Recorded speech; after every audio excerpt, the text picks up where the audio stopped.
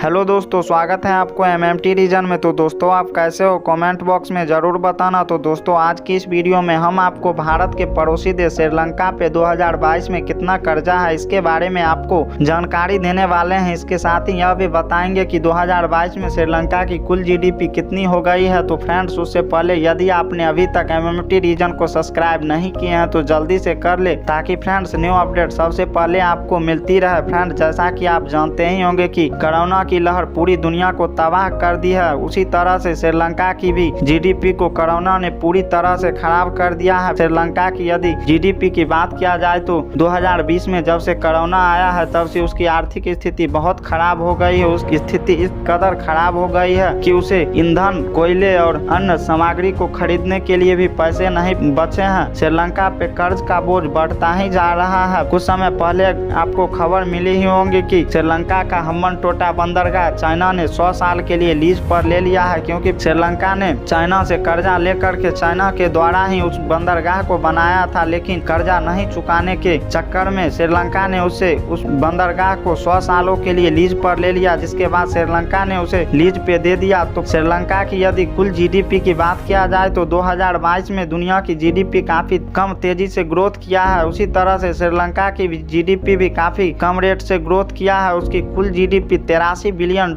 है, जो कि 4% की ग्रोथ रेट से बढ़ रही है। यदि 2022 में श्रीलंका पे कुल कर्जे की बात किया जाए तो केवल चाइना का ही कर्जा $5 अरब से अधिक है, जो कि काफी अधिक होता है, क्योंकि श्रीलंका काफी छोटा देश है और उसकी जनसंख्या भी काफी कम होती है। पूरी दुनिया की यदि कर्जे की बात श्रीलंका पे किया जाए तो पूरी दुनिया का कर्जा श्रीलंका पे $36 बिलियन के आसपास है, जो कि कुल जीडीपी का 42 से 43% के आसपास होता है, जो कि बहुत बड़ी रकम है। फ्रेंड्स, श्रीलंका की आर्थिक स्थिति इस कदर खराब हो गई है कि उसे एक कर्जे को सधाने के लिए दूसरे देशों से कर्जा लेना पड़ रहा है। श्रीलंका को अब बड़े बड़े बैंक कर्जा देने से भी बच रहे हैं, क्योंकि वह देख रहे हैं कि श्रीलंका कर्जा को चुकाने में सक्षम नहीं है, और इस मौके का फायदा उठा करके चाइना श्रीलंका को मोटी मोटी रकम उच्च स्तर के ब्याज दर पर दे रहे हैं, जिससे भारत का खतरा भी बढ़ता ही जा रहा है। क्योंकि भारत का पड़ोसी देश श्रीलंका है, वैसे श्रीलंका आज तक भारत का किसी भी मुद्दे पर समर्थन नहीं किया है, लेकिन पड़ोसी है, उसे समर्थन करे या ना करे उसे शांत रखना जरूरत होता है, क्योंकि भारत के भी 2-3 तरफ से केवल दुश्मनों से ही घिरा हुआ है, जिसके कारण भारत को श्रीलंका को मदद करना पड़ रहा है। और भारत वसुदेव कुटुंबकम के राह पर चलता है, जिसके कारण श्रीलंका की भारत ने मदद की है। और हाल फिलहाल में श्रीलंका के राष्ट्रपति के अनुरोध पर भारत सरकार ने श्रीलंका को $1 बिलियन